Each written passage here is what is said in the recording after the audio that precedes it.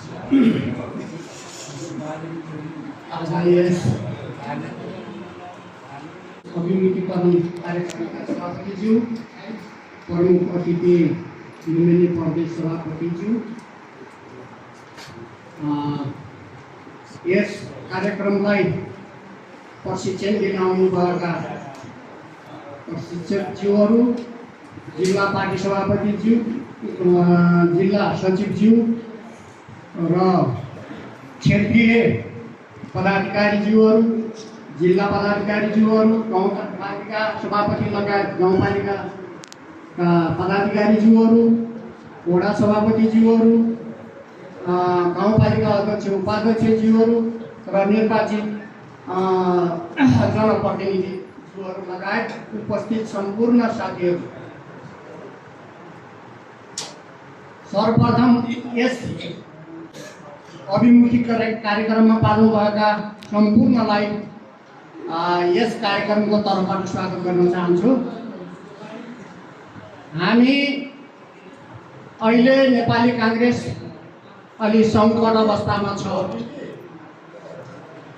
विगतको पार्टी सञ्चालक र सरकार सञ्चालकहरूको कमी कमजोरीले गर्दा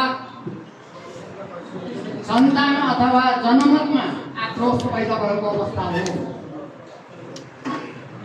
त्यो अवस्थामा नेपाली काङ्ग्रेसको तत्काल केन्द्रीय नेतृत्व पनि पार्टी स्वार्थको लागि एक ढिक्का भएर एक ठाउँमा उभिनु पर्ने हो।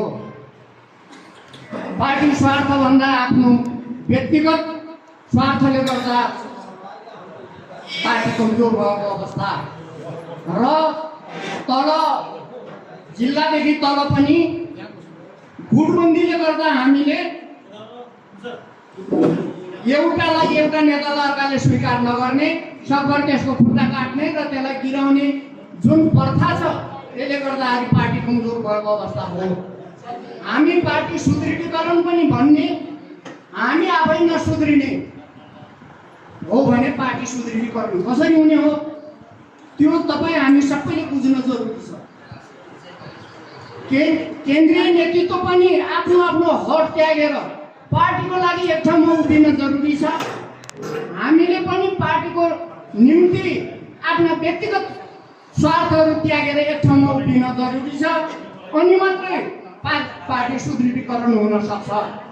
त्यसैले गर्दा स्थानीय सरकारमा हामीले हाम्रो नेपाल अधिराज्यभरि अधिकांश क्षेत्रमा, जिल्लामा